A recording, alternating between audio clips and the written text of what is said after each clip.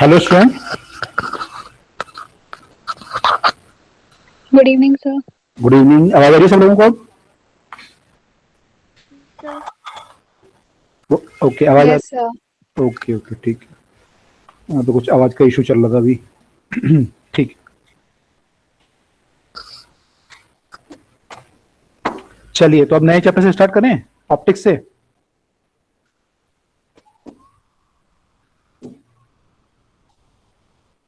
Semiconductor तो हो गया आपका, ऑप्टिक्स स्टार्ट करें।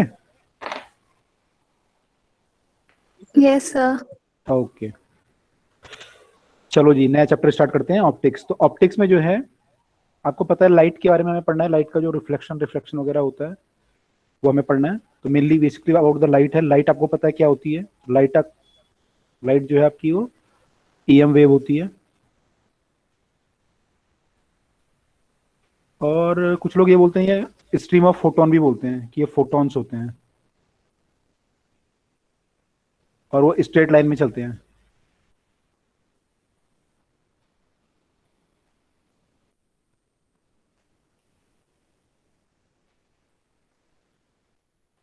तो दोनों इसकी थ्योरियां हैं। ईएम वेव की तरह भी इसे कुछ लोग बोलते हैं, कुछ लोग इसे बोलते हैं कि फोटोन है। ये वेव है और पार्टिकल दोनों है। जैसे आप वेव पार्टिकल ड्यूअलिटी पढ़ते हो ना केमिस्ट्री में, ऐसे यहाँ लाइट के बारे में भी दोनों चीजें आती हैं कि लाइट जो है वेव है और एक पार्टिकल भी है, फोटोन की तरह भी, रे की तरह भी मूव करता है। तो इससे जो रिलेटेड ऑप्टिक्स होगी उसे रे ऑप्टिक्स बोलेंगे। और यहाँ पे हम पढ़ेंगे वेव ऑप्टिक्स, जब हम इसे वेव की तरह बिहेव करेंगे, वेव की तरह मानेंगे। अब जब आपने एक्सपेरिमेंट किए तो आपने देखा भाई कौन सा बिहेवियर का शो हो रहा है। तो आपने देखा दोनों बिहेवियर शो हो रहे हैं। किसी एक्सपेरिमेंट में ये रे की तरह बिहेव करती है, स्ट्रीम ऑफ फोटोन, और किसी में ये वेव की तरह बिहेव करती है। तो हम उसे बोलते हैं वेव ऑप्टिक्स। तो पहले हम यहाँ पे रे ऑप्टिक्स पढ़ने वाले हैं, उसके बाद फिर हम वेव ऑप्टिक्स पे मूव करेंगे। ठीक है। तो लाइट जो है कभी कभी वेव की तरह भी बिहेव करती है। तो सबसे पहले हम रे ऑप्टिक्स पढ़ने वाले हैं। रे ऑप्टिक्स में सबसे पहला जो टॉपिक है आपका, पहले तो रिफ्लेक्शन हुआ करता था, लेकिन अभी वो सिलेबस से बाहर हो गया। रिफ्लेक्शन में आपका प्लेन मिरर और कॉनकेव और कॉन्वेक्स मिरर से रिफ्लेक्शन था, तो अभी ये सिलेबस में नहीं है।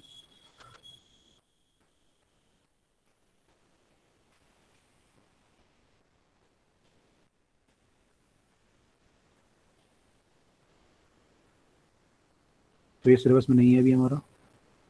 तो अभी हम स्टार्ट कर रहे हैं नेक्स्ट जो हमारा टॉपिक है, रिफ्लेक्शन।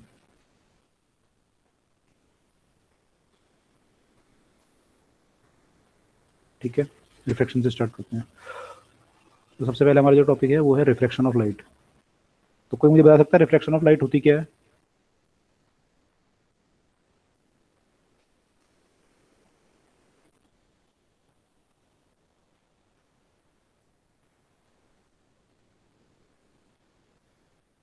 Any one? सर जब लाइट की डायरेक्शन चेंज हो जाती है एक मीडियम से दूसरे मीडियम में जाने पर। Right, correct. Ayushi, okay, correct. जब लाइट एक मीडियम से दूसरे मीडियम में जाती है तो उसका डायरेक्शन चेंज हो जाती है, या हम बोलते हैं बैंड हो जाती है। आपकी जो रे बैंड हो जाती है, इस फिनोमिनन को हम बोलते हैं रिफ्रैक्शन ऑफ लाइट। ठीक है, इस फिनोमिनन को हम बोलते हैं रिफ्रैक्शन ऑफ लाइट। तो phenomenon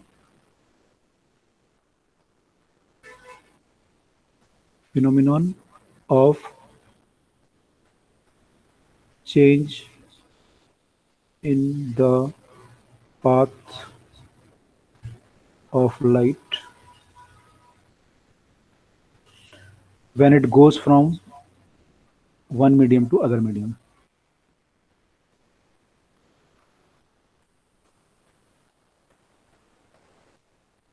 one medium to other. ठीक है, तो सबको पता ही है रिफ्लेक्शन क्या होता है। ठीक है, तो हमारी लाइट जो है बैंड कट जाती है जब वो एक मीडियम से दूसरे मीडियम में मूव करती है।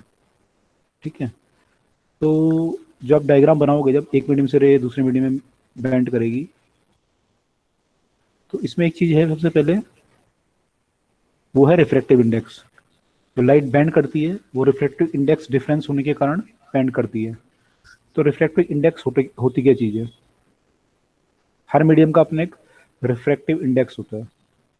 तो रिफ्रैक्टिव इंडेक्स क्या होता है, ये बताता है एक्चुअली कि उस मीडियम में लाइट की वेलोसिटी कितनी है, उस मीडियम में लाइट की वेलोसिटी कितनी है।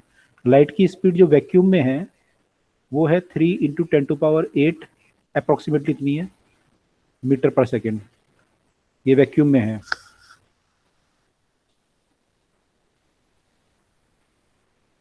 ये वैक्यूम में है। अगर हम अलग अलग मीडियम में लेंगे तो अलग अलग मीडियम में हमारी जो स्पीड ऑफ लाइट होगी वो डिफरेंट होगी।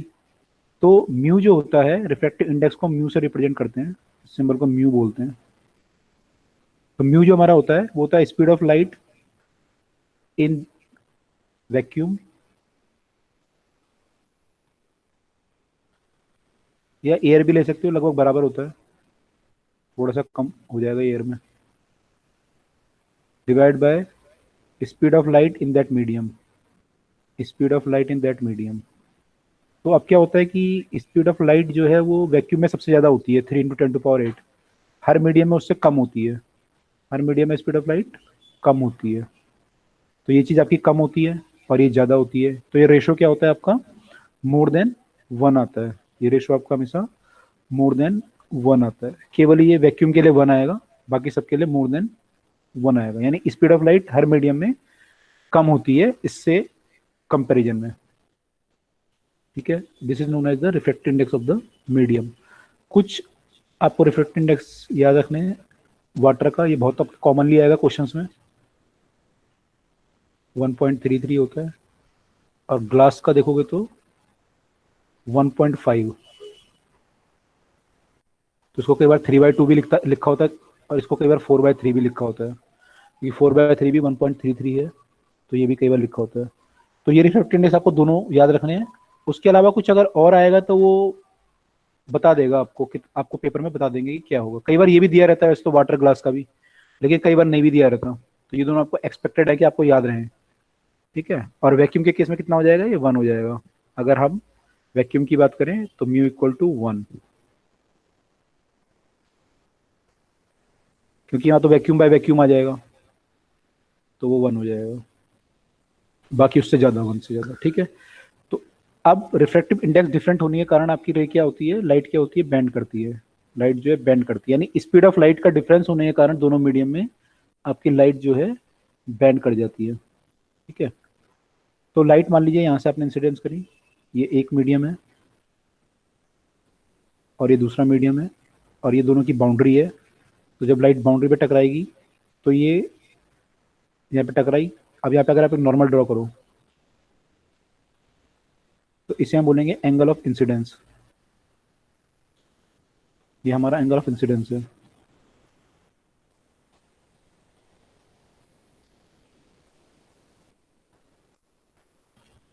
और ये हमारा नॉर्मल ड्रॉ किया हमने, जो सरफेस पे परपेंडिकुलर है। ठीक है, ये चारों पे परपेंडिकुलर है, क्योंकि बाउंड्री पे है तो सब पे परपेंडिकुलर ही होगा।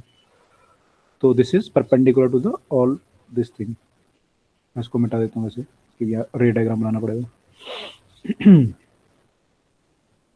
ठीक है, तो ये हमारा ये है, ये नॉर्मल है, normal to the surface in fact.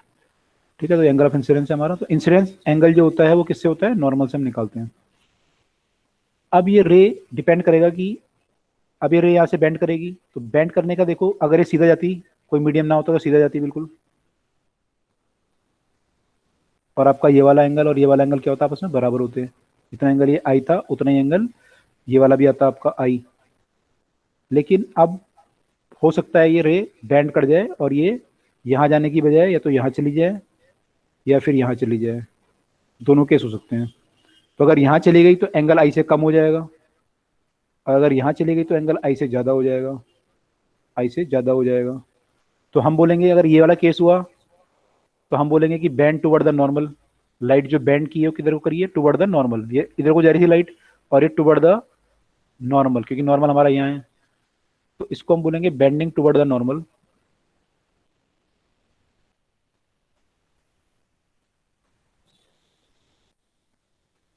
और इसको हम बोलेंगे बेंडिंग अवे फ्रॉम नॉर्मल।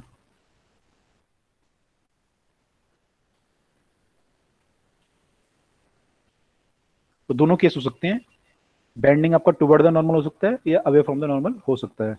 अब ये जो लाइट ने एंगल बनाया है यहाँ पे, इसको हम बोलते हैं, ये एंगल इंसिडेंस एंगल था इसको हम बोलते हैं रिफ्रैक्टेड एंगल, क्योंकि ये रे रिफ्रैक्ट हो चुकी है, इस मीडियम से आके बेंट हो चुकी है। मैंने रिफ्रैक्शन की डेफिनेशन यही पढ़ी थी, बेंडिंग ऑफ लाइट। तो ये हम आर बोलेंगे, या तो ये वाला आर होगा या फिर ये वाला आर होगा, है ना, जो भी होगा उसे हम बोलेंगे एंगल ऑफ रिफ्रैक्शन। तो आई था हमारा एंगल ऑफ इंसिडेंस और आर हमारा है एंगल ऑफ रिफ्रैक्शन।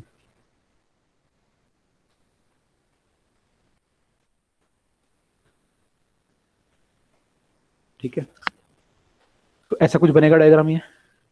अब light toward the normal bend करेगी या अवे द नॉर्मल बेंड करेगी, ये डिपेंड करेगा कि आपका जो मीडियम है, ये दूसरे वाला सेकंड मीडियम, ये फर्स्ट के मुकाबले क्या है, फर्स्ट के मुकाबले ये क्या है, इसका रिफ्रैक्टिव इंडेक्स क्या है। अगर इसका रिफ्रैक्टिव इंडेक्स ज़्यादा है, अगर आपका म्यू टू ज़्यादा है म्यू वन से, अगर मान लो म्यू टू ज़्यादा है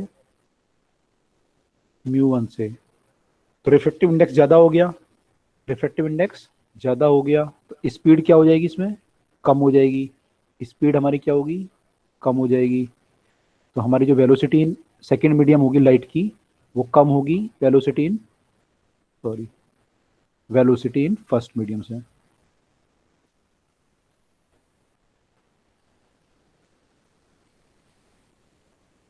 वेलोसिटी इन फर्स्ट से ये जो होगी ये कम होगी, ठीक है, क्योंकि आप यहाँ रिलेशन देखोगे तो म्यू का रिलेशन क्या है, mu is the speed of light by speed of light in vacuum bye medium. तो अगर आपको स्पीड मीडियम निकालना है तो स्पीड ऑफ मीडियम को मैं यहाँ ले जाऊंगा तो म्यू अपॉन में आ जाएगा। तो आपकी जो मीडियम में वेलोसिटी आएगी वो कितनी आएगी, म्यू हमारा क्या है, सी बाय वी। तो इससे वी कितना आएगा हमारा, इससे हमारा जो वी आएगा वो सी बाय म्यू आएगा, सी बाय म्यू। तो जितना ज़्यादा म्यू होगा उतना कम हमारा वी होगा, जितना हमारा म्यू ज़्यादा होगा उतना वी हमारा कम हो जाएगा।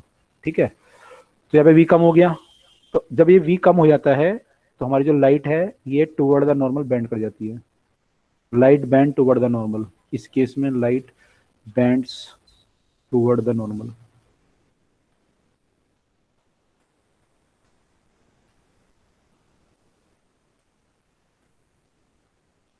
Light band toward the normal, ठीक है, तो लाइट बैंड कर जाएगी टुवर्ड द नॉर्मल। तो हमारा जो केस है टुवर्ड द नॉर्मल में ये वाला केस हो जाएगा, यहाँ पे केस ये हो जाएगा, मान लो फर्स्ट केस है हमारा, तो यहाँ पे फर्स्ट केस हो जाएगा, ए केस मान लो से, तो यहाँ पे ए केस आ जाएगा। अगर उल्टा होगा इससे तो केस हमारा बी आ जाएगा फिर।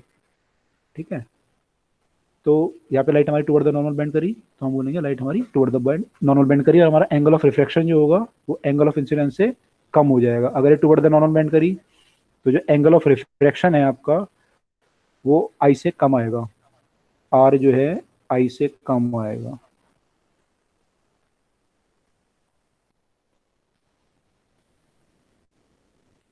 इतना सबको क्लियर हुआ?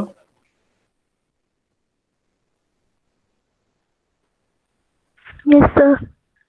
ओके, तो ये हमारा बेंडिंग हुआ। ठीक है,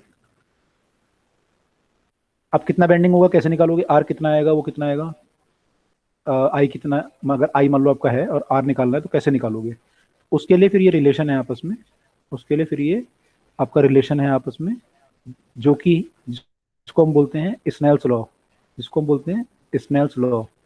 स्नेल्स लॉ क्या बोलता है आपका, स्नेल्स लॉ ये बोलता है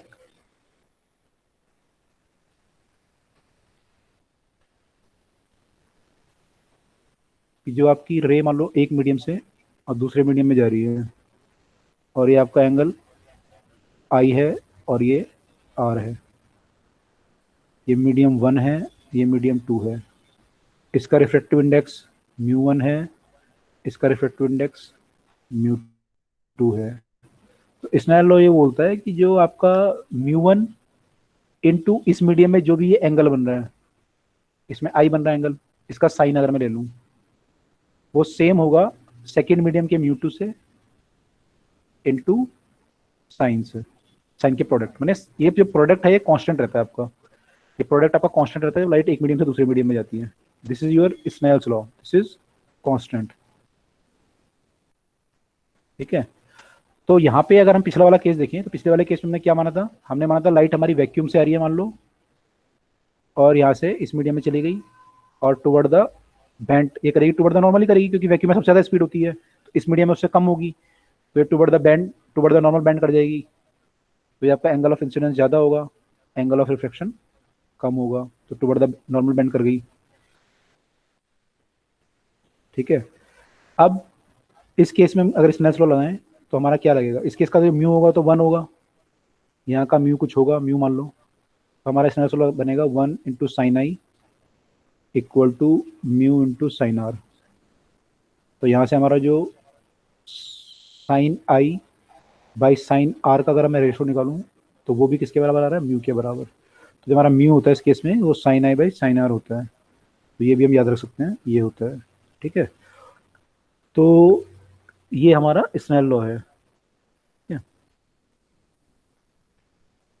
तो यहाँ से भी हम निकाल सकते हैं कि जो हमारी रे है किधर को बेंड करेगी, अगर आपको म्यू पता है दोनों मीडियम का, अगर आपको म्यू पता है तो आप देख सकते हो कि आई ज़्यादा होगा या आर ज़्यादा होगा, यहाँ से हम निकाल सकते हैं। ठीक है, इसमें स्टूडेंट बड़े कंफ्यूज कई बार हो जाते हैं कि कई बार रे जो है उल्टा दे देते हैं कि यहाँ से यहाँ जा रही है, या एक मीडियम का म्यू दे दिया दूसरे मीडियम का कुछ और दे दिया म्यू। तो कुछ नहीं करना, आपको स्नेल लॉ ध्यान रखना है बस। बच्चे इसमें कंफ्यूज हो जाते हैं कि ये फॉर्मूला क्या बनेगा, ये फॉर्मूला यहाँ से बना है, तो आपको स्नेल लॉ ध्यान रखना है। अगर आप ये ध्यान रखोगे स्नेल लॉ तो कहीं कंफ्यूज नहीं होगे, केवल ध्यान रखो कि म्यू इंटू साइन का प्रोडक्ट, साइन थीटा का प्रोडक्ट इज कांस्टेंट, ये ध्यान रखो बस, और कुछ ध्यान नहीं करना। ठीक है, तो ये हमारा आ गया स्नेल्स लॉ आ गया, और हमें ये पता चल गया रिफ्लेक्शन होता क्या है, और रिफ्लेक्शन में जो एंगल होते हैं वो कैसे चेंज होते हैं आपके, ये ध्यान रखिएगा। ठीक है, ओके। जब हमारा मान लो म्यू किसी का ज़्यादा होता है या कम होता है, मान लो किसी का mu 2 is more than mu 1, मान लो 2-3 मीडियम है आपके, और किसी का म्यू ज़्यादा है किसी का कम है, मान लो एक मीडियम ये है, एक मीडियम ये है, एक मीडियम ये है, म्यू 1 म्यू 2 म्यू 3, अब किसी का म्यू ज़्यादा होगा किसी का कम होगा, ये म्यू 4 हो गया मान लो, तो इसे हम बोलते हैं अगर हमारा म्यू ज़्यादा है, इफ़ म्यू इज़ मोर, तो हम बोलते हैं वो मीडियम क्या है, डेंसर मीडियम है, लाइट वहाँ पे स्लो चलेगी, स्पीड ऑफ लाइट स्लो होगी, कम होगी,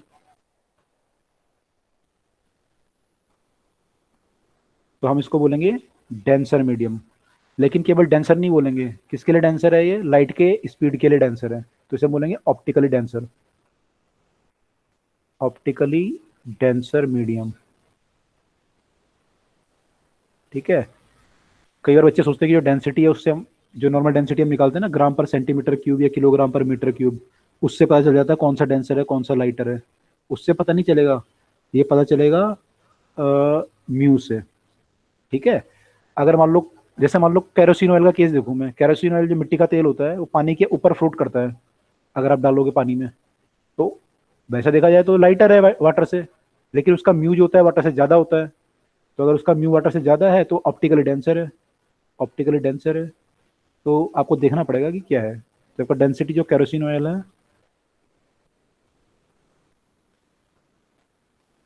वो डेंसिटी ऑफ वाटर से लेस है, लेकिन उसका म्यू ज़्यादा है।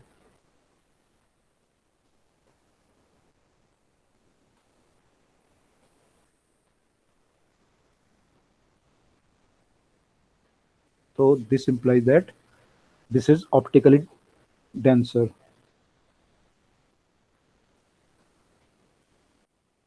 than water।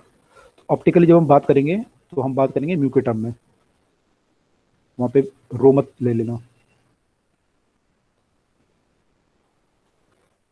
तो ये मैंने आपको अलग से बता दी एक बात। ठीक है, तो अगर म्यू मोर है तो हमारा स्पीड लेस होगी और ऑप्टिकली डेंसर वो मीडियम हमारा होगा। ठीक है, अब जब लाइट एक मीडियम से दूसरे मीडियम में जाती है तो उसकी क्या क्या प्रॉपर्टियाँ चेंज होती हैं, ये हमें देखना क्या क्या प्रॉपर्टी चेंज होती है। तो मान लो मैं केवल सिंपल वाला केस ले लूँ, जब मेरा ये रिफ्रैक्टिव इंडेक्स यहाँ पे 1 है और यहाँ पे रिफ्रैक्टिव इंडेक्स म्यू है और लाइट यहाँ से यहाँ मूव कर रही है, तो लाइट में 3 चीज़ें होती हैं, एक तो होती है वेलोसिटी, एक होती है वेवलेंथ, एक होती है फ्रीक्वेंसी। तो मान लो यहाँ पे वैल्यू इनकी ये है वी नॉट लैम्डा नॉट, मान लो इसे, और एफ। जब लाइट एक मीडियम से दूसरे मीडियम में जाती है तो ऐसे केस में आपकी जो फ्रीक्वेंसी है एफ नॉट वो सेम रहती है, वो चेंज नहीं होती, फ्रीक्वेंसी रिमेन सेम। वेलोसिटी अभी आपने देखा, वेलोसिटी आपकी क्या हो जाती है, v बाई म्यू हो जाती है ना। अगर मान लो वेलोसिटी v थी तो क्या लिखोगे आप, v into one equal to v dash into mu. यहाँ पे अगर आपका म्यू है ये रिफ्रैक्टिव इंडेक्स, यहाँ पे वन था, तो v अगर यहाँ वेलोसिटी v है, v नॉट है, तो यहाँ v नॉट इंटू वन लिखोगे क्योंकि यहाँ वन है, और यहाँ लिखोगे v डैश इंटू म्यू। तो आपका जो v डैश आएगा वो आएगा v नॉट बाई म्यू। यहाँ पे जो वेलोसिटी आएगी वो आएगी v नॉट बाय म्यू। तो वेवलेंथ कितनी आएगी फिर ये बताओ। अगर आपको फ्रीक्वेंसी पता चल गई और वेलोसिटी पता चल गई तो उसमें रिलेशन होता है वेलोसिटी वेवलेंथ और फ्रीक्वेंसी में, v equal to lambda F.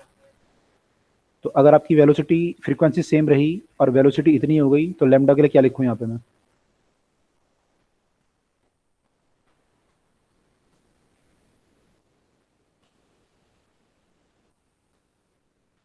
Lambda कितना हो जाएगा, लैम्डा ही रहेगा या लैम्डा इंटू म्यू नॉट हो जाए, म्यू हो जाएगा, या लैम्डा बाय म्यू हो जाएगा।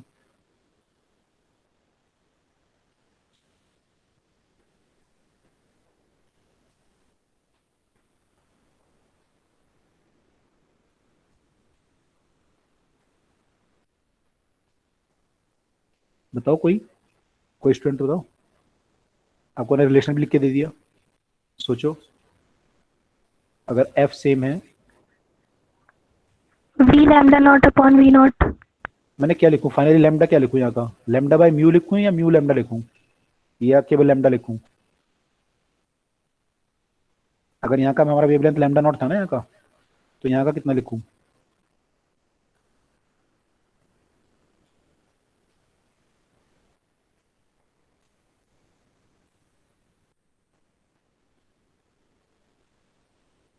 By mu. By mu, absolutely Usha, good. भाई ये फॉर्मूला हमारा ये है ना, v इक्वल टू लैम्डा, तो f तो कांस्टेंट है तो v प्रोपोर्शनल टू लैम्डा हो गया, या लैम्डा प्रोपोर्शनल टू v हो गया। तो जैसे v अगर v नॉट बाय म्यू होगा, लैम्डा भी लैम्डा बाय म्यू हो जाएगा। तो आपके तीनों वेरिएबल इस तरह वेरी करेंगे, ठीक है, इस तरह वेरी करेंगे। Frequency remain same, velocity decreases, lambda also decreases.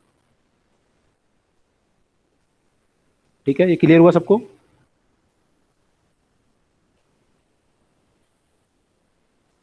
Clear, yes sir. Okay ठीक है। एक हमारा रिफ्रैक्टिव इंडेक्स जो हमने लिखा है ना, एक हमारा होता है रिलेटिव रिफ्रैक्टिव इंडेक्स। जैसे आप रिलेटिव वेलोसिटी पढ़ते हो, रिलेटिव डेंसिटी पढ़ा होगा आप लोगों ने, तो ऐसे रिलेटिव रिफ्रैक्टिव इंडेक्स भी होता है। तो रिलेटिव क्या होता है, किसी के रिस्पेक्ट में, किसी के रिस्पेक्ट में हमारा रिफ्रैक्टिव इंडेक्स कितना है उसे हम बोलते हैं रिलेटिव रिफ्रैक्टिव इंडेक्स। तो कई बार पेपर में ऐसा भी दिया रहता है, रिलेटिव भी दिया रहता है डायरेक्ट देने के लिए, तो बोलते हैं रिलेटिव रिफ्रैक्टिव इंडेक्स।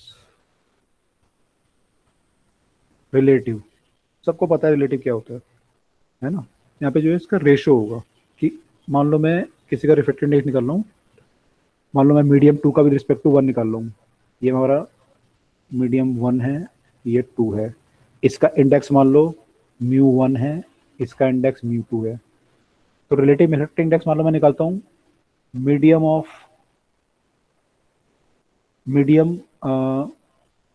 1 का मान लो with respect to 2, medium 1 with respect to 2, उल्टा भी निकाल सकते हो, दूसरा भी निकाल सकते हो। 1 विद रिस्पेक्ट टू 2 निकालोगे तो 1 का ऊपर ले लोगे, विद रिस्पेक्ट टू 2 है तो उसे डिवाइड कर दोगे, तो आपका ये आ गया relative refractive index of medium 1 with respect to medium 2। तो ये μ1 बाय μ2 आया, ठीक है। और इसको अब हम ऐसे भी लिखते हैं, जब हम μ12 लिख रहे हैं तो ऐसे भी लिखते हैं 1 2, ठीक है, 1 विद रिस्पेक्ट टू 2। तो ये भी ध्यान रखिएगा कि ऐसे भी लिख सकते हैं, ठीक है।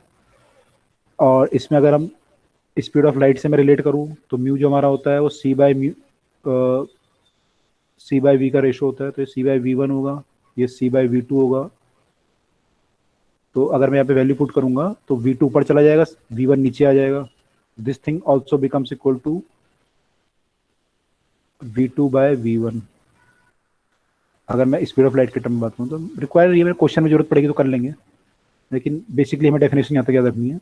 This is our refractive index of medium 1 with respect to medium 2, ये हमें याद रखना है, ठीक है।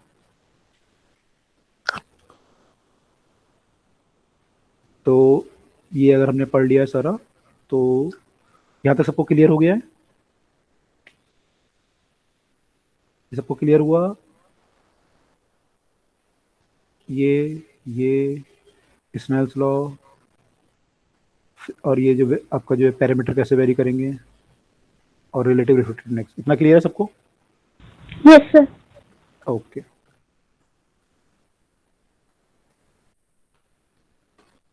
ठीक है। तो कुछ क्वेश्चन कर लेते हैं पहले।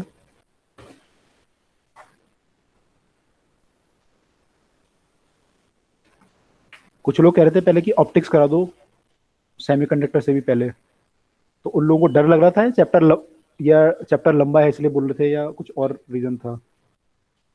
ऐसा कुछ है कि ऑप्टिक्स में कुछ लोग कह रहे थे कि पहले सेमीकंडक्टर छोड़ो ऑप्टिक्स करो, या इंपॉर्टेंट चैप्टर है इसलिए बोल रहे थे, ज्यादा मार्क्स का है, ऐसा कुछ?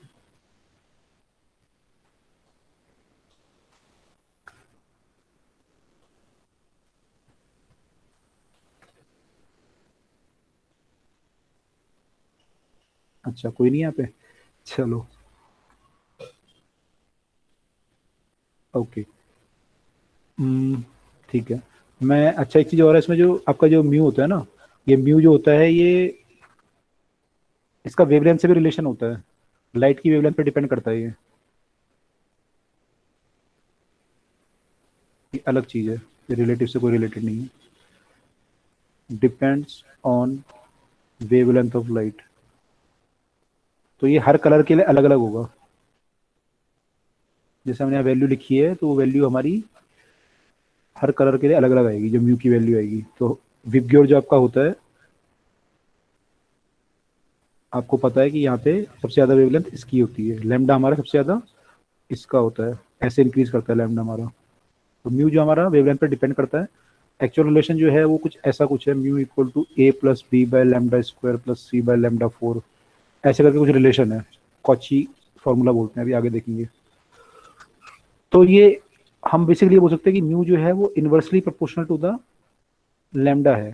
तो अगर हमारा लैम्डा ज़्यादा है, जैसे रेड कलर का लैम्डा ज़्यादा है, तो हमारा उसका म्यू क्या होगा, कम हो जाएगा। फिर अगर लैम्डा ज़्यादा है, रेड कलर का लैम्डा ज़्यादा है, उसका म्यू कम हो जाएगा। तो उसके अकॉर्डिंग फिर हमारी स्पीड ऑफ लाइट चेंज हो जाएगी, उसके अकॉर्डिंग हमारी बेंडिंग चेंज हो जाएगी रेड कलर के लिए, वो सब चेंज हो जाएगा, ठीक है। तो जब ऐसा कुछ क्वेश्चन अगर आ गया जहाँ पे लाइट डिफरेंट हो, तो फिर आप वहाँ पे ये चीज़ ध्यान रख सकते हो कि ऐसा होगा, ठीक है। अब क्वेश्चन कर लेते हैं।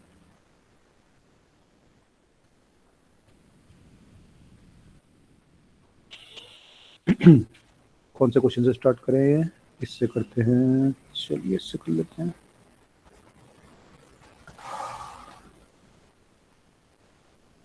क्वेश्चन ये है कि इन्होंने ऐसे लिखा है रिफ्रैक्टिव इंडेक्स आई म्यू जे, ये कह रहे हैं कि ये रिफ्रैक्टिव इंडेक्स जो है, ये है refractive index when light goes from I to J. I और जे जो मीडियम है, इट इज रिफ्रैक्टिव इंडेक्स, मैंने रिलेटिव की बात कर रहा है ये, रिफ्रैक्टिव इंडेक्स या जो भी आप मैंने रिफ्रैक्टिव इंडेक्स है व्हेन लाइट गोज फ्रॉम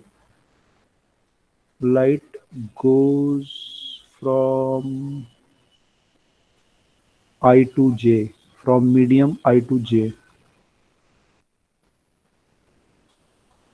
ठीक है।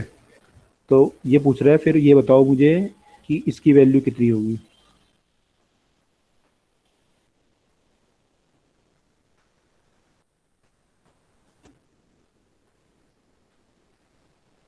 इसकी वैल्यू कितनी होगी?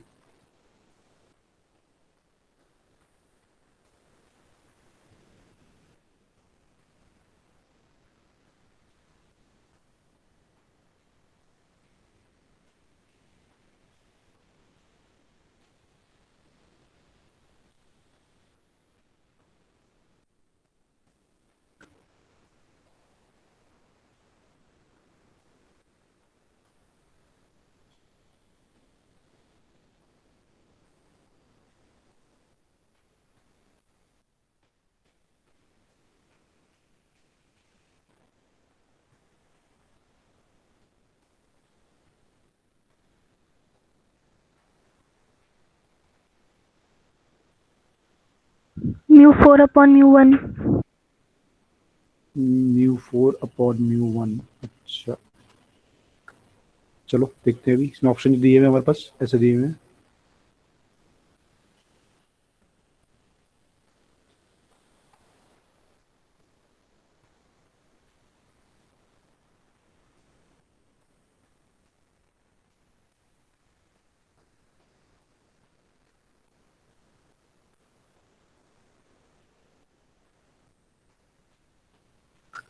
ये ऑप्शन दिए हैं मेरे पास।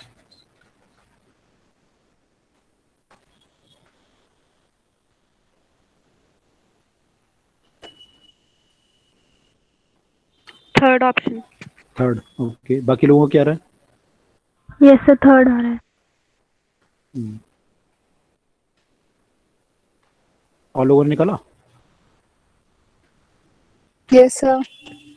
ओके, तो ये सबको समझ में आएंगे कैसे करना है? कर लोगे या बताना है किसी को? कर लोगे ना? अपन अपन करके मल्टीप्लाई करोगे तो कट जाएंगे सारे आपस में।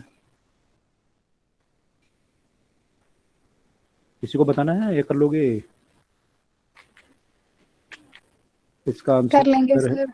कर लोगे, ओके गुड। इसका आंसर आपको बता देता हूँ मैं। थर्ड ही आना चाहिए मेरे ख्याल से भी। हम्म, हम्म। इसका आंसर है सी। ओके, ठीक है। चलो अगला क्वेश्चन करते हैं फिर। अगला क्वेश्चन करते हैं। इसमें आपको इस चीज़ समझ में आ गई होगी एक तो, कि जो आपका रिलेटिव रिफ्रैक्टिव इंडेक्स आता है यहाँ पे विद रिस्पेक्ट टू 2, वो 1 2 आता है।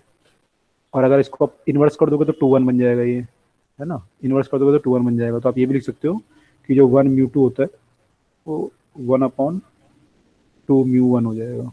ठीक है, तो ये बात हमें समझ में आ रही है। तो इस क्वेश्चन में वैसे कुछ पूछा था, इस क्वेश्चन में यहाँ पे इन्होंने नीचे कर दिया था इसे। ठीक है, तो ये आपका जो आएगा आपने निकाल लिया होगा। यहाँ पे light goes from I to J, तो लाइट जब आई से जे में जाएगी तो यहाँ पे रिफ्रैक्टिव इंडेक्स आप जो होगा इसका म्यू मान लिया, वो कितना होगा? वो होगा इसके रिस्पेक्ट में, क्योंकि लाइट यहाँ से यहाँ जा रही है। तो हम 2 को लेंगे विद रिस्पेक्ट, जे को लेंगे विद रिस्पेक्ट टू आई, तो वो होगा म्यू जे बाई म्यू आई, है ना? वो हमें दिया हुआ है। वो उसमें क्या लिखा है उन्होंने? म्यू आई जे। उससे हम सॉल्व करके निकाल लेंगे। ठीक है, तो आपका जो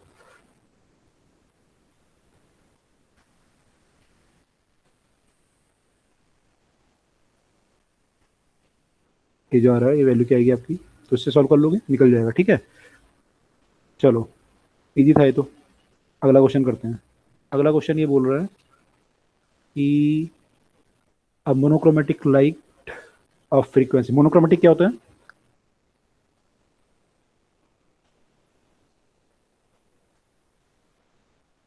मोनोक्रोमेटिक क्या होता है?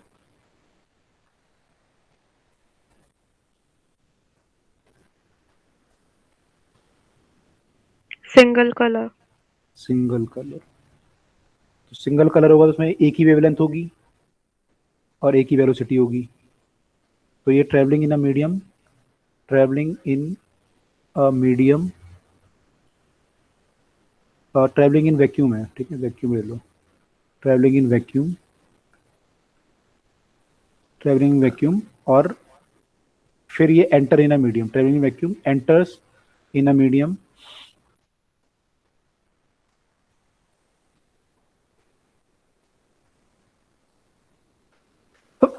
sorry, mu equal to 1.5, mu equal to 1.5.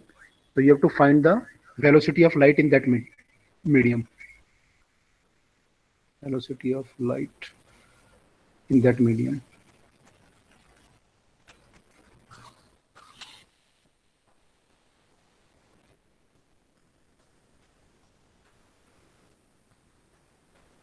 No, sorry, not velocity, wavelength, wavelength of light निकालनी है।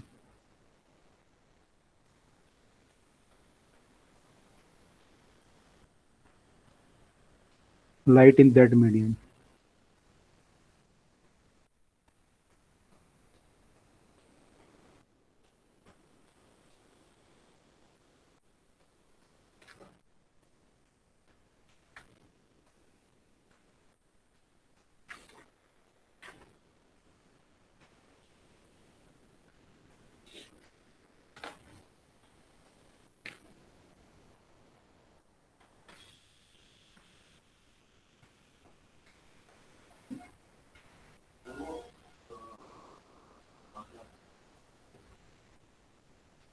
इसमें एक्सिस में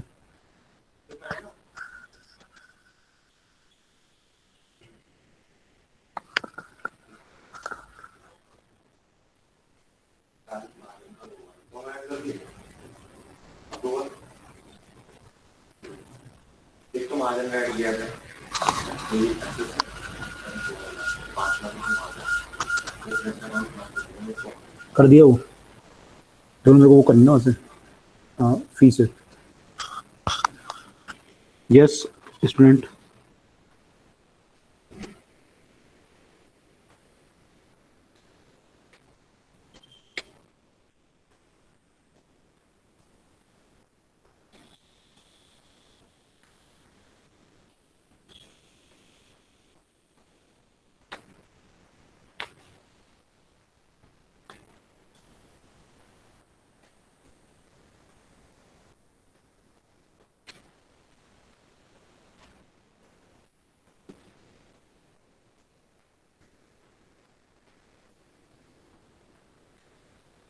two into 10 to the power 8.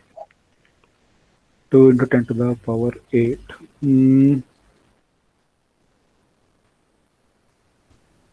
ये वेवलेंथ है। 4 into 10 की power -7। 2 into 10 to the power -7. 2000 angstrom. Sorry, sir, 4 into 10 to the power -7. 4000 angstrom. अच्छा बाकी student क्या बोल रहे थे दूसरे? आगे 4000। 4 into 10 की power -7। Okay 4 into 10 to the power -7। I think this is the right answer. Check कर लेते हैं एक बार, सॉल्व कर लेते हैं, फिर चेक कर लेते हैं क्या आंसर आ रहा है। ठीक है, बाकी लोग भी एक बार फटाफट से निकाल लो, फिर चेक कर लेते हैं क्या आ रहा है। 4000 एंगस्ट्रॉम बन रहा है। हाँ 4000 angstrom should be the right answer I think.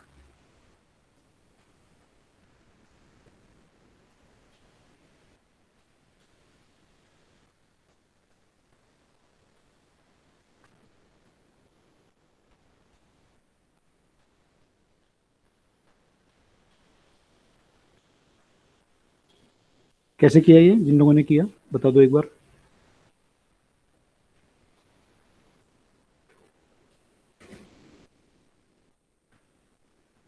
कोई बता दो। सर पहले वेलोसिटी निकाली और फिर वेलोसिटी अपॉन फ्रीक्वेंसी करके लैम्डा आ गया। Okay correct. तो यहाँ पे आपकी ये वैक्यूम में ट्रेवल कर रही थी, फ्रीक्वेंसी आपको पता थी, फ्रीक्वेंसी सेम रहेगी यहाँ भी, और इसकी जो स्पीड है यहाँ पे वो स्पीड ऑफ लाइट होगी क्योंकि म्यू 1 होगा। यहाँ पे म्यू जो है 1.5 है। तो यहाँ पे आप चाहो तो पहले यहाँ पे लैम्डा निकाल लो और फिर आपको पता है लैम्डा बाय म्यू हो जाएगा, या तो ऐसे कर लो। एक तरीका तो ये हो सकता है। यहाँ पे लैम्डा निकालने का तरीका क्या होगा, आपको पता है कि v equal to lambda f होता है। यहाँ पे v क्या है, c है, वेलोसिटी। तो ये जो लैम्डा होगा वो लैम्डा हो जाएगा c बाय एफ। यहाँ से लैम्डा निकाल लोगे, फिर इसके म्यू से डिवाइड कर दोगे तो आपका लैम्डा 2 आ जाएगा। एक तरीका तो ये हो सकता है। एक तरीका ये हो सकता है कि आप इस मीडियम में निकाल लो वेलोसिटी पहले। एफ तो आपको पता है सेम रहेगा, वेलोसिटी कितनी हो जाएगी, c बाय म्यू हो जाएगी। तो आपको वेलोसिटी पता चल गई, फ्रीक्वेंसी पता चल गई। अब जो है फॉर्मूला यूज़ कर लो जो आपका होता है v equal to lambda f वाला, ये यूज़ कर लो। जब आपको पता चल गया कि ये ऐसे होता है, ठीक है। तो दोनों तरीके से कर सकते हो। तो आपका जो अगर यहाँ से मैं दूसरे तरीके से करूँगा तो एफ आपका सेम रहेगा, यानी 5 × 10 to the power 14। और जबकि वेलोसिटी ऑफ ये है लाइट वो हो जाएगी अब यहाँ पे 3 × 10 to the power 8 divide by इसका रिफ्रैक्टिव इंडेक्स 1.5। फॉर्मूला मेरा बन जाएगा लैम्डा इक्वल टू, अभी मैंने यहाँ ड्राइव भी किया ऊपर, लैम्डा इक्वल टू हो जाएगा वेलोसिटी अपॉन फ्रीक्वेंसी। तो वेलोसिटी यहाँ पे मेरी है 3 × 10 to the power 8 by 1.5। Frequency है 4 × 10 to the power 14। फ्रीक्वेंसी काफ़ी ज़्यादा है, इतनी होती है ना। तो ये 2 × 10 to the power 8 हो गया ऊपर, नीचे हो गया 5 × 10 to the power 14।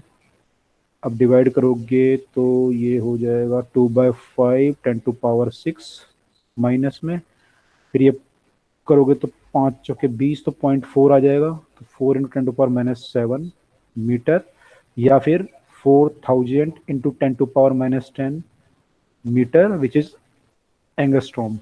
तो 4000 एंगस्ट्रॉम, तो इसमें आंसर जो दे रखा था एंगस्ट्रॉम में देखे थे सारे, तो आंसर जो आपका आएगा वो 4000 एंगस्ट्रॉम आएगा। आई होप ये सबने कर लिया होगा, सबको क्लियर होगा कैसे करना था। ठीक है,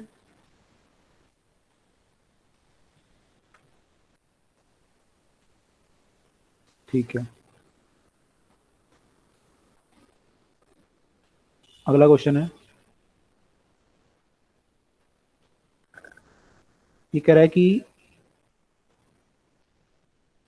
जो रिफ्रैक्टिव इंडेक्स है लाइट का वो ग्रेटेस्ट होगा, mu will be greatest for option red light,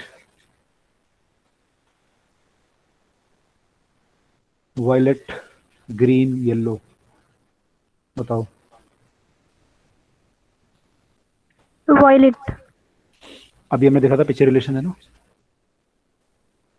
ये वाला, सॉरी कहाँ गया, नहीं कहाँ देखा था, ये देखा था।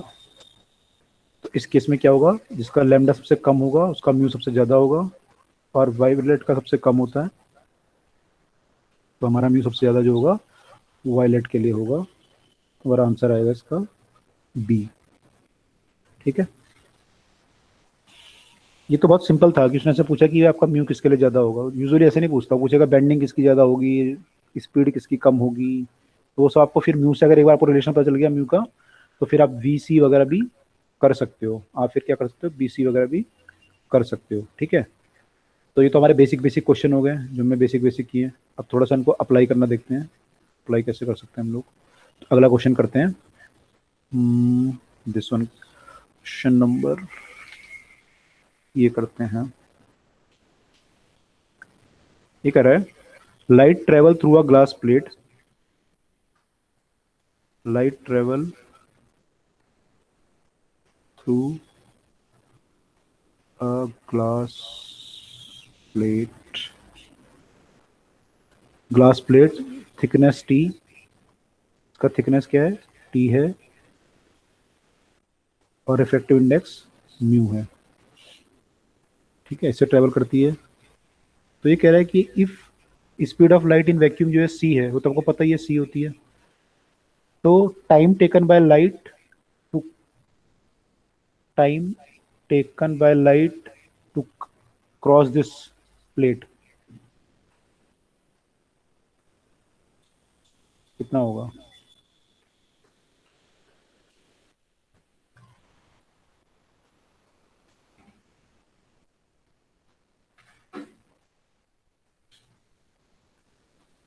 टी बाय म्यू सी होगा,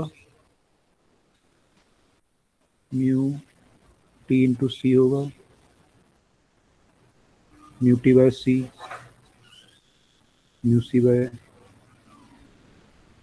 टी सी बाय म्यू करा हुआ है। कितना टाइम लेगी, time taken to cross the plate, जल्दी बताओ, बहुत इजी है।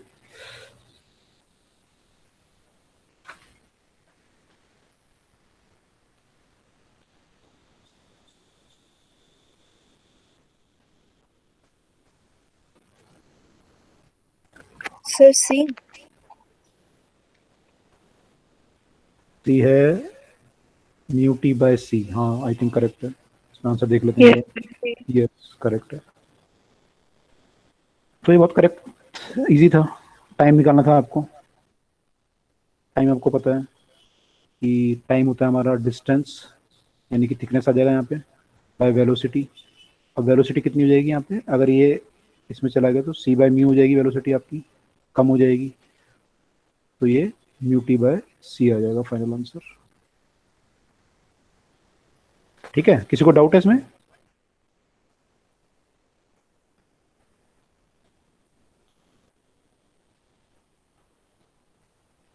कोई डाउट किसी को, या क्लियर है, आगे चलें?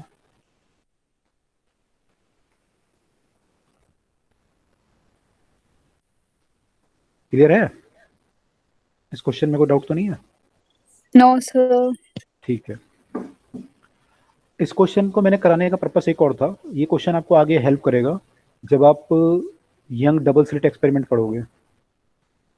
तो वहाँ पे क्या होता है एक्चुअली, आप एक चीज़ बताओ कि लाइट अगर मान लो वैक्यूम में,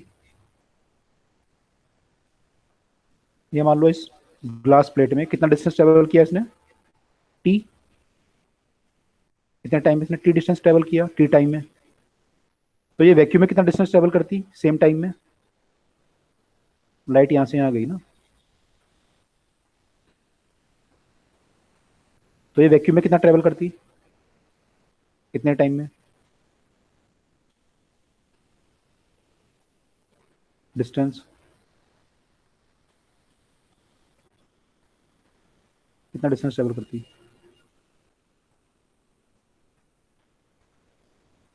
C into T.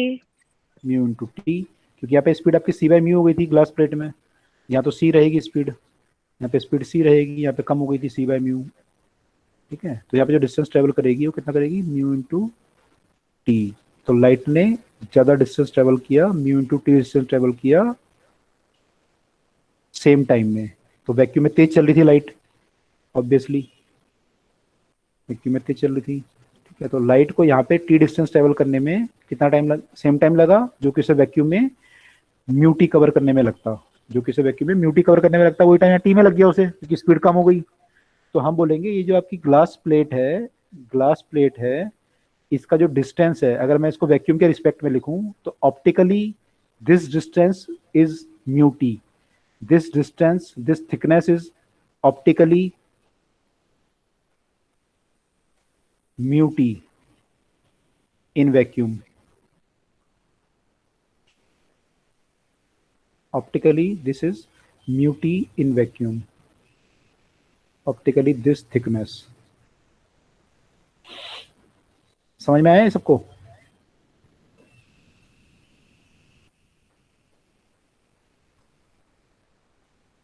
This thickness is mu T in the vacuum. ये समझ में आई बात, क्यों है ऐसा? Yes sir. ओके, तो यंग डबल स्लिट में ऐसे ही होगा। आप वहाँ पे क्या करोगे, अगर हम आपने ग्लास स्लैब लगा दोगे कई बार स्लिट के आगे, तो फिर हम उससे बोलेंगे कि अगर टी थिकनेस की स्लिट लगाई तो हम बोलेंगे कि आपने म्यू टी के बराबर ऑप्टिकल पाथ प्रोड्यूस कर दिया। अगर आपने टी थिकनेस की वहाँ पे वो लगाई स्लैब, तो आपने म्यू टी के बराबर ऑप्टिकल पाथ वैक्यूम का क्रिएट कर दिया वहाँ पे, ऐसे हम बोलेंगे। तो बात सबको वहाँ पे क्लियर होनी चाहिए कि ऐसा हम क्यों बोल रहे हैं, ठीक है। इसलिए मैंने क्वेश्चन कराया था आपको। आगे मूव करते हैं हम।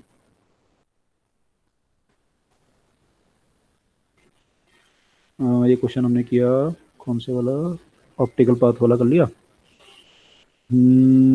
ठीक है। दूसरा क्वेश्चन ये बोलता है, ये बोल रहा है कि दो ग्लास प्लेट हैं, उनकी थिकनेस जो है, ट्रांसपेरेंट मीडियम में उनकी थिकनेस जो है ए और बी हैं, उनकी थिकनेस का जो रेशो है वो 6:4 है, थिकनेस का रेशो 6:4 है।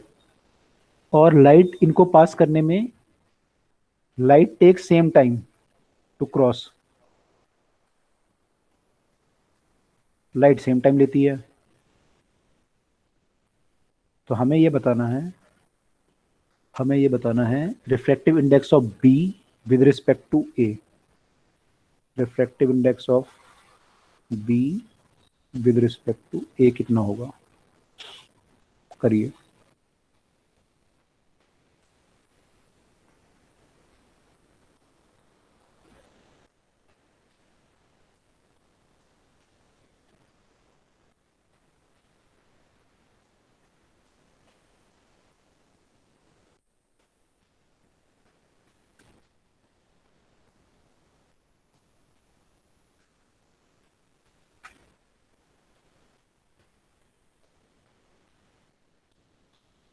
सर 3:2।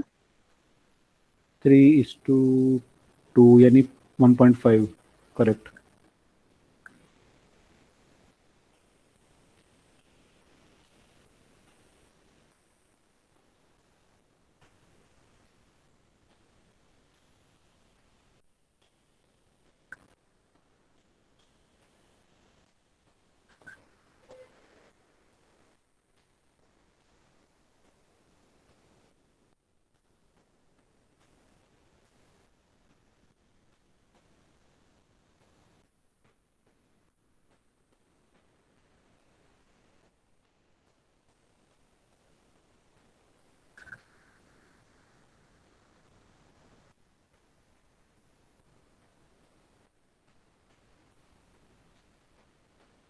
बाकी लोगों को निकला या नहीं निकला भी? Yes, sir. Yes sir. निकल गया। टाइम बराबर है, टाइम हो जाएगा यहाँ पे डिस्टेंस बाय वेलोसिटी, वेलोसिटी हो जाएगी C by mu, C by mu A, यहाँ पे ए और बी है ना, ये 1 और 2 नहीं है, ए और बी लिख देते हैं इसमें।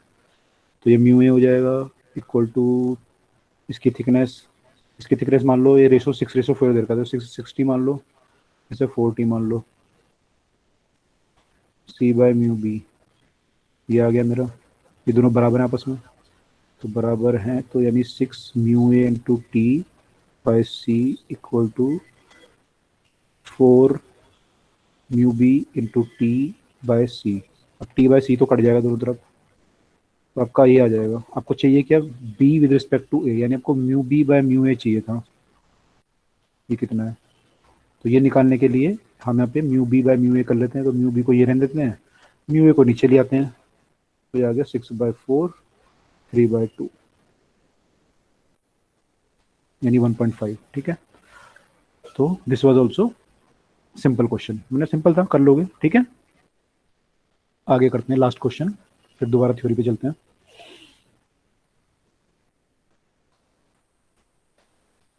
लास्ट क्वेश्चन ये बोल रहा है इसमें कि रे ऑफ लाइट आती है और वो एक रेक्टेंगुलर स्लैब पे इंसिडेंस होती है जिसका रिफ्लेक्टिव इंडेक्स है √2। एक लाइट आती है, वो एक ग्लास स्लैब पे इंसिडेंस होती है जिसका रिफ्लेक्टिव इंडेक्स कितना देखा है? √2, √2। ठीक है, और एंगल ऑफ इंसिडेंस है 45 डिग्री।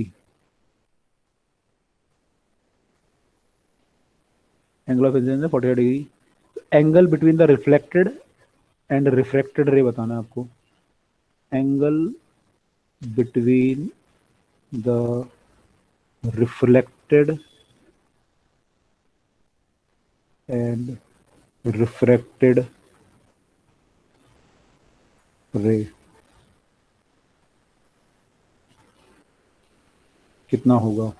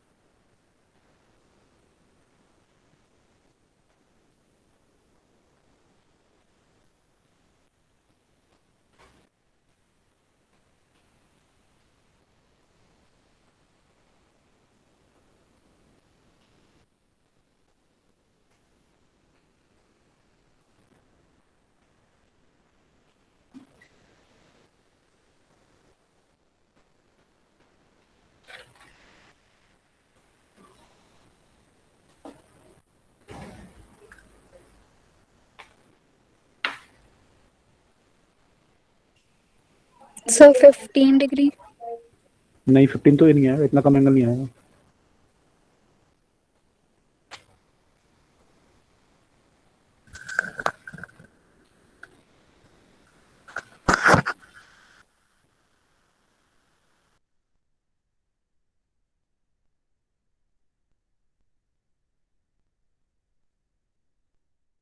So 105 degree.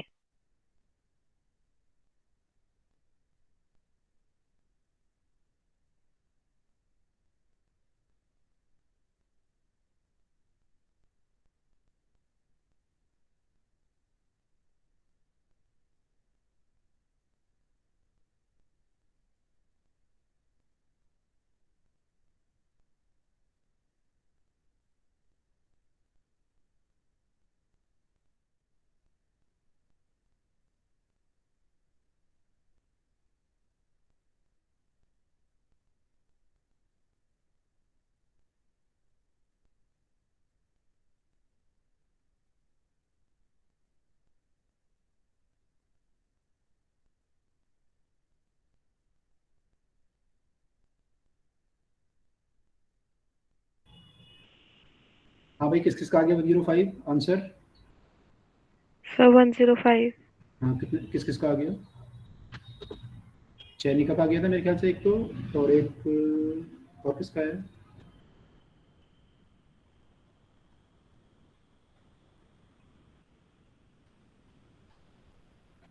और किसी का नहीं आएगी?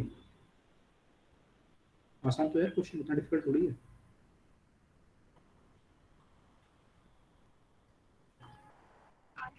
आ गया सर। गुड।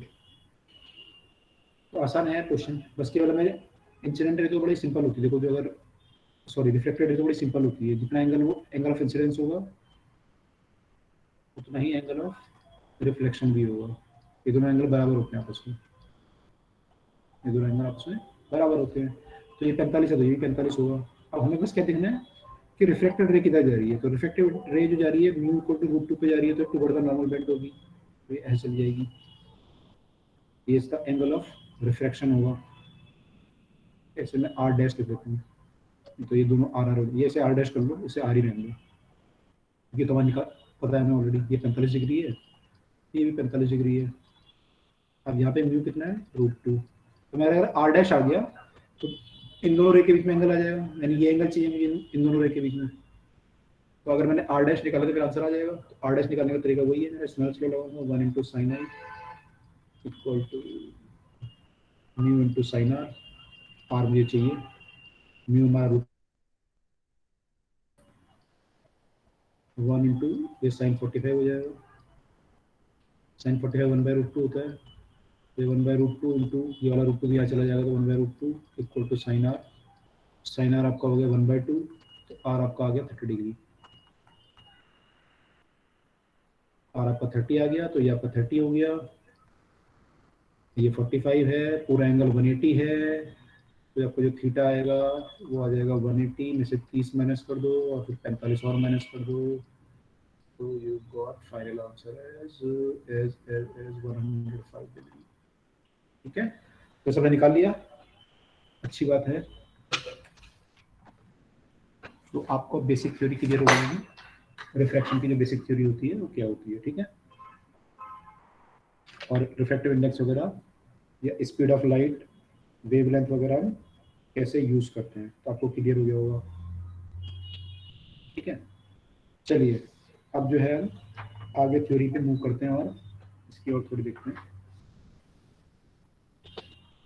तो नेक्स्ट हमारा है refraction of light through a rectangular glass slab. Refraction of light through a rectangular glass slab. तो ग्लास स्लैब जो है उसमें जब आप रिफ्रैक्शन ऑफ लाइट देखोगे तो स्नेल्स लॉ लगाओगे, है ना भाई। ग्लास स्लैब क्या होती है, जो ग्लास स्लैब से अगर लाइट पास होगी तो क्या होगा?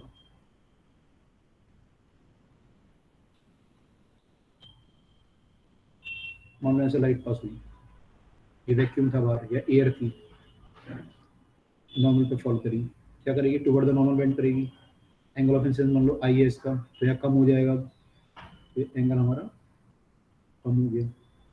इसको थोड़ा स्लैंट बनाते हैं और ताकि आपको और ढंग से समझ में आए। मान लो ये एंगल हमारा आई है, तो ये कम हो जाएगा एंगल आपका, आर हो जाएगा ये एंगल ऑफ रिफ्रैक्शन आई के मुकाबले। अब ये रे दोबारा टकराएगी यहाँ पे, क्योंकि यहाँ पे ग्लास स्लैब है तो दोबारा टकराएगी, दोबारा बेंड करेगी। अब जो बेंड करेगी अब क्या होगा इस केस में? इस केस में अब ये जो एंगल अगर आर था तो ये भी आर हो जाएगा, अल्टरनेट एंगल है ये। अगर ये आर था ऊपर वाला तो ये नीचे वाला आर हो जाएगा, तो ये एंगल कितना होगा फिर? अभी फ्रॉम द नॉर्मल बेंड करेगी तो ये एंगल कितना आएगा, ये हमें निकालना है। मान लो में ये बताना है कि एंगल कितना आएगा। ठीक है, तो ये एंगल कितना आएगा निकालने के लिए हम क्या कर सकते हैं, हम लोग यहाँ पे स्नेल्स लॉ लगा सकते हैं दोबारा। रिफ्रैक्टिव इंडेक्स का म्यू है मान लो, ठीक है, तो हम ये लिख सकते हैं। और इसका मान लो म्यू एयर है, ये म्यू ग्लास है, तो हम लिख सकते हैं भाई कि जो आपने ऊपर लगाया था स्नेल्स लॉ पे लगेगा साइन आई इंटू म्यू ए, ये फर्स्ट सरफेस पे, ये सेकंड सरफेस पे, ये फर्स्ट सरफेस की बात कर रहा हूँ मैं, equal to mu of the air equal to इसका एंगल इनटू इसका रिफ्रैक्टिव इंडेक्स म्यू जी, ये है हमारा। अब जब मैं सेकंड सरफेस पे बात करूंगा तो सेकंड सरफेस पे मुझे क्या करना पड़ेगा, मुझे क्या चाहिए, थीटा चाहिए, थीटा मुझे पता नहीं कितना होगा, तो मैं यहाँ पे क्या लिख सकता हूँ, साइन आर, इसमें आंसर लगा रहा हूँ, into mu g equal to sine theta into इसका म्यू ए। ठीक है, अब अगर मैं दोनों इक्वेशन को कंपेयर करूँ, अगर मैं दोनों इक्वेशन को कंपेयर करूँ तो इसका ये वाला जो पार्ट था और ये वाला पार्ट सेम है, जिसका लेफ्ट हैंड साइड है उसका राइट हैंड साइड है।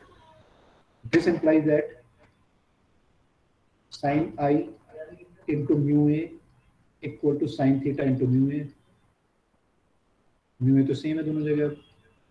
This implies that sine I equal to sine theta और आई इक्वल टू थीटा, यानी ये जो एंगल ऑफ यहाँ पे रिफ्लेक्शन होगा बाहर निकलेगा इससे, वो हमारा इसी के बराबर होगा, आई के बराबर होगा, यानी थीटा इज इक्वल टू आई के बराबर होगा।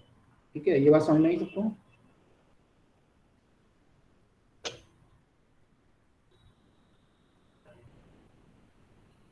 ये बात समझ में आई?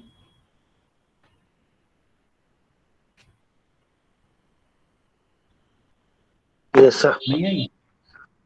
आ गई? Okay good. ठीक है, तो ये हमारा इसके बराबर होगा। अच्छा, इसमें एक काम अगर हम करते यहाँ पे मान लो मिरर लगाए थे तो क्या होता, 90 डिग्री पर अगर मिरर लगाए थे क्या होता,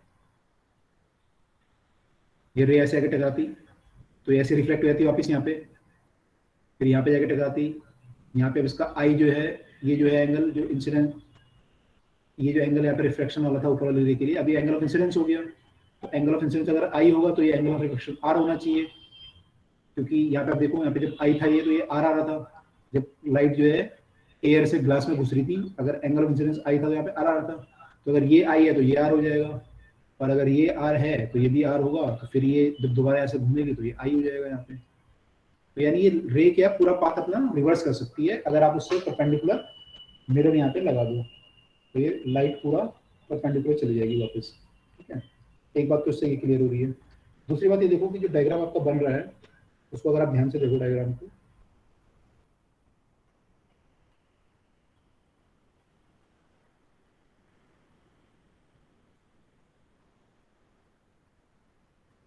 अगर आप डायग्राम को ध्यान से देखो तो जो इंसिडेंस रे है और जो इमर्जेंट रे है जो बिल्कुल बाहर निकली है बाद में लास्ट में, तो दोनों आपस में पैरेलल है। अगर आप इसे ध्यान से देखो, ये आपकी इंसिडेंस रे थी और ये ऐसे टकराई, फिर ये ऐसे बेंड कर गई और फिर ये दोबारा बेंड कर गई, तो आपके जो एंगल है एक्चुअली बराबर आया आपस में। जो एंगल आपका यहाँ पे था आई, वो एंगल यहाँ पे था आई। ठीक है, अगर वैसे रे को आगे एक्सटेंड करूँ ऐसे, ये पीछे से रे आ रही थी, इसको अगर मैं एक्सटेंड करूँ आगे, तो ये जो एंगल बना रही थी यहाँ से आई बना रही थी, है ना, इसके साथ, सॉरी ये एंगल आई नहीं होगा, ये एंगल आई होगा, यहाँ पे एंगल आई बना रही थी नॉर्मल के साथ।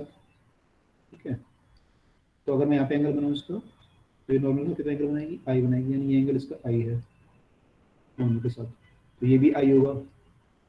तो अगर आप दोनों रे को कंपेयर करो तो दोनों रे के आपस में पैरेलल है, क्योंकि भी इसके साथ वर्टिकल के साथ आई एंगल बना रही है और ये भी वर्टिकल के साथ आई एंगल बना रही है, तो both ray are parallel to each other, these two ray are parallel to each other.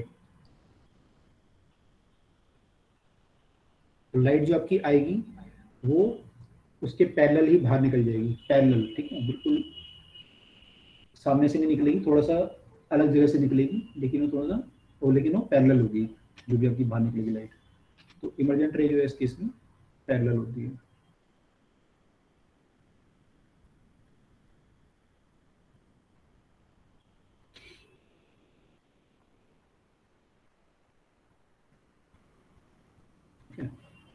This is your incident ray,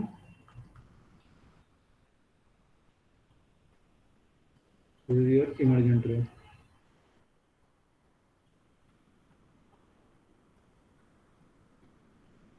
आपस में पैरेलल है। ठीक है, कोई डाउट इसमें अब तक? ये पैरेलल होंगी, इसमें कोई डाउट है? समझ में आ गया? डाउट पैरेलल होंगी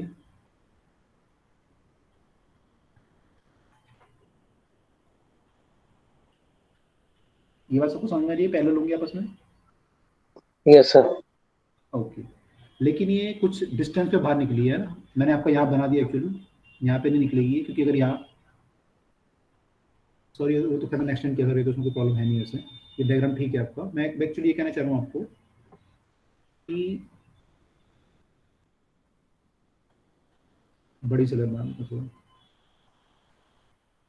अगर रे आपकी यहाँ पे इंसिडेंस करी थी और ये बेंट हुई और फिर ये बाहर निकली, तो ये पैरेलल थी इसके,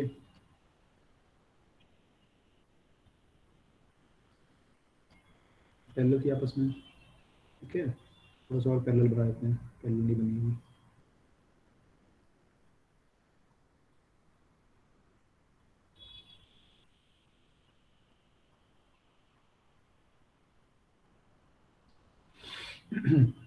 ये पैरेलल निकली लेकिन थोड़ा डिस्टेंस पे निकली, तो हमें इन दोनों का बीच का डिस्टेंस निकालना है।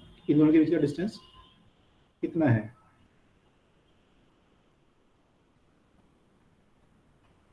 ठीक है, तो हमें बताना है कि इन दोनों रे के बीच का डिस्टेंस कितना है, यानी ये डिस्टेंस कितना है, ठीक है, ये डिस्टेंस कितना है। ये जो डिस्टेंस इन दोनों के बीच का होता है, इन दोनों के बीच का जो डिस्टेंस होता है, जो इंसिडेंट रे आ रही है और जबकि रे बाहर निकल रही है, उसको हम बोलते हैं लेटरल शिफ्ट। उसको हम क्या बोलते हैं? Lateral shift. तो we have to calculate the lateral shift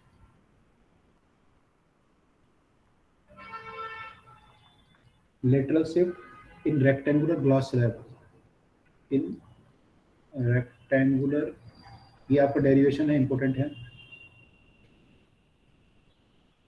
glass slab, ठीक है, ये आपको बताना है लेटरल शिफ्ट कितना होगा इस केस में। लेटरल शिफ्ट आपका इस केस में जो है वो ये होगा, ठीक है। इसको मैं डायग्राम बना लेता हूँ, कंप्लीट कर लेता हूँ। ये आपका एंगल ऑफ इंसिडेंस आई था, इसका डेरिवेशन करना है हमें। एंगल ऑफ इंसिडेंस मेरा आई था, ये एंगल ऑफ रिफ्रैक्शन आर बनेगा, तो ये आर बनेगा जो मुझे वैल्यू पता है, और ये मेरा फिर आई बनेगा, ये मुझे सब पता है, ये मुझे सब पता है, ठीक है। और ये एंगल मेरा थीटा मान सकता हूँ, इसे मैं थीटा मान सकता हूँ या डेल्टा भी बोल सकता हूँ, डेल्टा, ठीक है। डेल्टा क्यों बोला मैंने इसे? क्योंकि मेरी जो रे थी वो इनिशियली किधर को आ रही थी, इधर को जा रही थी इस रास्ते पे, और वो बेंट हुई किधर को हो गई, अब इधर को हो गई। इसमें जो एंगुलर डेविएशन हुआ वो डेल्टा हुआ, जो एंगुलर डेविएशन हुआ अपने पाथ से डेल्टा हुआ, ठीक है। यहाँ पे हालांकि पूछ नहीं रहा हूँ आपको एंगुलर डेविएशन वगैरह कुछ, वो अलग टर्म है, एक अलग चीज़ है, लेकिन उसे हम बोल सकते हैं यहाँ पे एंगुलर डेविएशन इज डेल्टा। अगर आपकी रे ऐसे आ रही थी और वो कुछ ऐसे बेंड कर गई, तो जो ओरिजिनल पाथ था उसका, उससे जो भी आपका डेविएशन होगा, this is known as angular deviation. और इस केस में जो मैंने डायग्राम बनाया है अभी, इस केस में ये क्लॉकवाइज है, तो इसको हम जब लिखते हैं तो क्लॉकवाइज एंटी क्लॉकवाइज लिखते हैं, एंगुलर डेविएशन कितना है, कितना डिग्री क्लॉकवाइज, इतना डिग्री एंटी क्लॉकवाइज, ठीक है। तो ये अलग चीज़ है, इससे कोई डेरिवेशन का कोई लेना देना नहीं है, इस डेरिवेशन से कोई लेना देना नहीं है। लेकिन यहाँ पे जो डेल्टा टर्म यूज कर रखी है किताबों ने, इसलिए मैंने आपको बता दिया कि डेल्टा यहाँ पे क्यों यूज कर रखी है किताबों ने। थीटा भी लिख सकते हैं सिंपल हम, तो उससे भी कोई फर्क नहीं पड़ता, आंसर आपका सेम आता है, ठीक है। Refractive index mu of the glass मान लेते हैं कि म्यू ऑफ द ग्लास ये है, और म्यू ऑफ द एयर का म्यू इनटू ए मान लेते हैं, म्यू एयर का म्यू ए है। तो हमें अब बताना है कि लेटरल शिफ्ट हमारा कितना होगा। लेटरल शिफ्ट यहाँ पे जो इस केस में है वो कितना है हमारा, मैं इसको डायग्राम को प्लॉट कर देता हूँ, पहले डायग्राम को पहले प्लॉट कर देता हूँ। तो जो किताबों का स्टैंडर्ड प्लॉट है उसको ले लेते हैं, इसको जो मापते हैं मान लो के एल डैश, जहाँ पे टकराया, सॉरी ये अगर परपेंडिकुलर इसको एक्सटेंड कर दूँ आगे, तो ये एल डैश मान लेते हैं, इसको एम,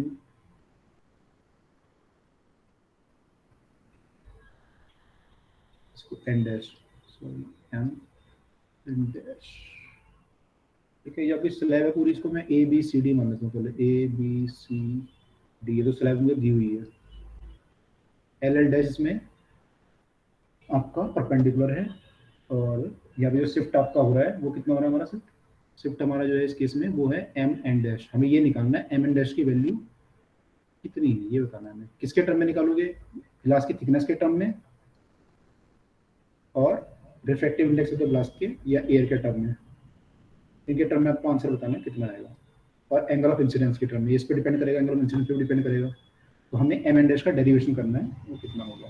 ठीक है, तो एम एन डैश का डेरिवेशन करने के लिए, इस डेरिवेशन करने के लिए हमें दो ट्राइंगल यूज करने पड़ेंगे। एक ट्राइंगल तो ये वाला, एक ट्राइंगल तो हमें ये वाला यूज करना पड़ेगा। कौन सा ट्राइंगल? जब मैं ये बनाया एल एम एन डैश, एक ट्राइंगल तो हम यूज करेंगे ये वाला, और एक करेंगे ये वाला। एक ट्राइंगल हम यूज करेंगे एल एल डैश एम, तो दो ट्राइंगल यूज करेंगे। ठीक है, दोनों ट्राइंगल से हम एम एन डैश को निकालने की कोशिश करेंगे। यहाँ पे एल एल डैश क्या है? ये टी के बराबर है, हमें पता है ये टी के बराबर है एल एल डैश। ये एंगल आर हमें पता है, ये एंगल 90 है। ऐसे यहाँ पे ये 90 है, ये आपका डेल्टा जो होगा वो आई माइनस आर हो जाएगा। अगर आप यहाँ पे ध्यान से देखो इसे, ये परपेंडिकुलर है मान लो, गलत नहीं है।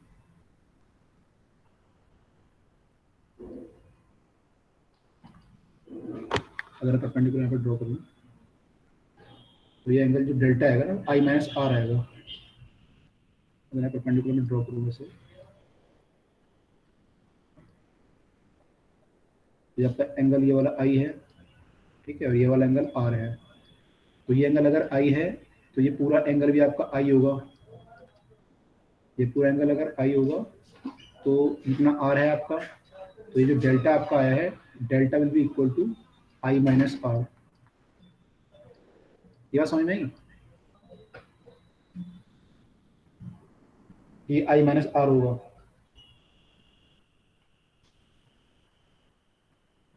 Yes, sir. ओके राइट, तो डेल्टा जो हमारा आई माइनस आर होगा। ठीक है, तो हमें ये डेल्टा पता है यानी आई और आर के टर्म में। ठीक है, तो हमें इसलिए हम इन दो ट्रायंगल को यूज कर रहे हैं, उससे हम ट्राई कर रहे हैं कुछ निकालने का, तो कुछ कोशिश करते हैं निकालने का। तो हम क्या करते हैं, इससे ना दोनों ट्रायंगल का यूज करके हम ये एल एम निकालते हैं, एल एम की वैल्यू, और उसको इक्वेट कर लेंगे। दोनों ट्रायंगल का यूज करके एल एम की वैल्यू निकालते हैं और फिर उसे इक्वेट कर देंगे। ठीक है, तो जब मैं ये वाला ट्रायंगल लूंगा l l l m n dash वाला, यानी कि ये वाला ट्रायंगल, तो यहाँ पे मुझे मान लो एल एम चाहिए। एल एम को मैं क्या रिलेशन बना सकता हूँ? I can write that, shift मुझे निकालना है, ये मेरा जो है लेटरल शिफ्ट है, ये मुझे चाहिए m n dash, m n dash तो मुझे चाहिए, और इसको मुझे कॉमन है, मेरा एल एम साइड जो है कॉमन है, तो इसमें कुछ रिलेशन बनाता हूँ। एम एन डैश और एल एम में क्या रिलेशन बनेगा? तो इसमें जो रिलेशन बनेगा वो बनेगा साइन डेल्टा का। साइन डेल्टा जो आपका होता है sine perpendicular by base, perpendicular by hypotenuse होता है। यहाँ पे m n dash by hypotenuse, hypotenuse क्या है आपका? L m, l m. तो यहाँ से आपका ये बन गया रिलेशन। ठीक है, तो क्या आ गया आपका, क्या आ गया आपका? आपका आ गया चलो इतना ही छोड़ देते हैं, आगे देखते हैं। अगले वाले ट्रायंगल में अगर देखें हम, इस वाले ट्रायंगल में, नीचे वाले में भी हमें क्या निकालना है? एल एम निकालना है। हमें पता क्या है? ये टी पता है, हमें क्या पता है? टी पता है थिकनेस, और आर पता है। तो हमें यानी कि आर के टर्म में रिलेशन निकालना पड़ेगा। दोबारा साइन लगा देंगे, इस बार साइन ही लगेगा, इस बार कॉस लगाना पड़ेगा क्योंकि हमें बेस पता है। हम बेस लगाएंगे तो कॉस आर, कॉस आर जो आपका आएगा वो आ जाएगा बेस बाय हाइपोटेनियस। हाइपोटेनियस क्या है आपका? L M. हाइपोटेनियस क्या है आपका? एल एम है। ठीक है, तो दोनों से हम एल एम को निकाल के इक्वेट कर सकते हैं, तो हमारा एम एन डैश आ जाएगा। ठीक है, तो मैं अगर यहाँ से एल एम को निकालता तो मेरा एल एम कितना आता? M n dash by sine delta, और मैं अगर यहाँ से निकालूँ एल एम तो वो आएगा टी बाय कॉस आर। ठीक है, तो ये क्वेश्चन नंबर 1 भी मेरी, ये क्वेश्चन नंबर 2। इन दोनों को अगर मैं यूज़ करूँगा तो मैं इनको इक्वेट कर सकता हूँ। और मेरे को एम एन डैश पता चल जाएगा जो मेरा शिफ्ट है, ये वाला लिटल शिफ्ट। तो using 1 and 2, 1 and 2, equation 1 and 2 क्या बन जाएगा, एम एन डैश क्या था इक्वेशन आपका, by sine delta equal to t by cos r, equal to t by cos are.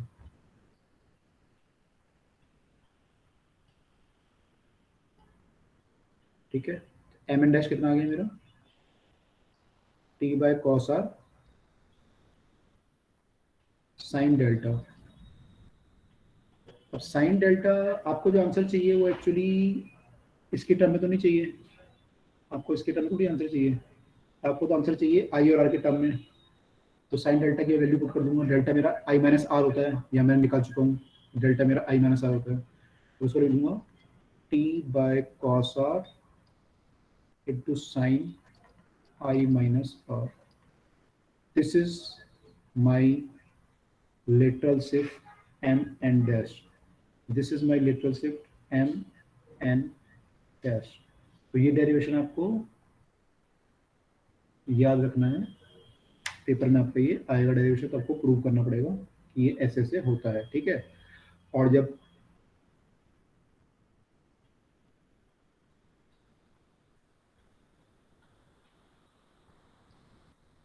Actually इसको ये भी करते हैं कई किताबों में ना, यहाँ पे इसको R1 लिख देते हैं, इसको I1 R1 लिख देते हैं, और इधर वाले को R2 I2 कर देते हैं।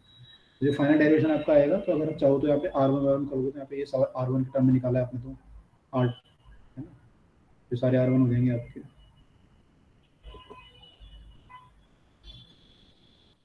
ये सब 1 1 हो जाएंगे। तो आपका फाइनली आ जाएगा ये by sine i 1 minus R1। This is your little shift. तो ये डेरिवेशन आपको ध्यान रखना है, sine delta by cos r, तो ये आपका लिटल शिफ्ट है। ठीक है, तो अगर थिकनेस ज्यादा होगी तो लिटल शिफ्ट ज्यादा होगा कम होगा,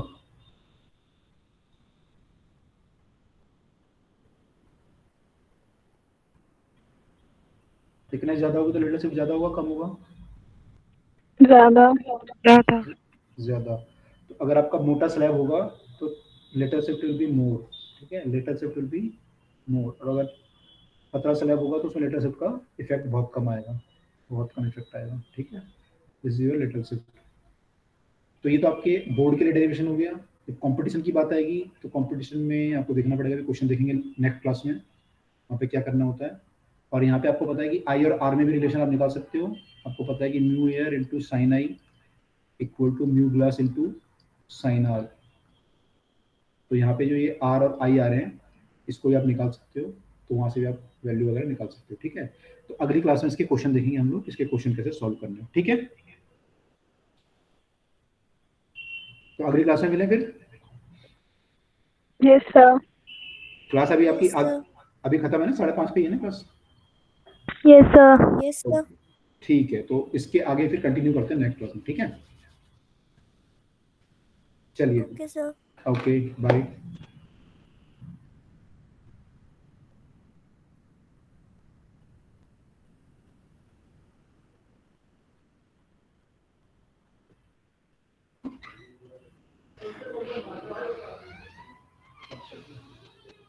एक मिनट।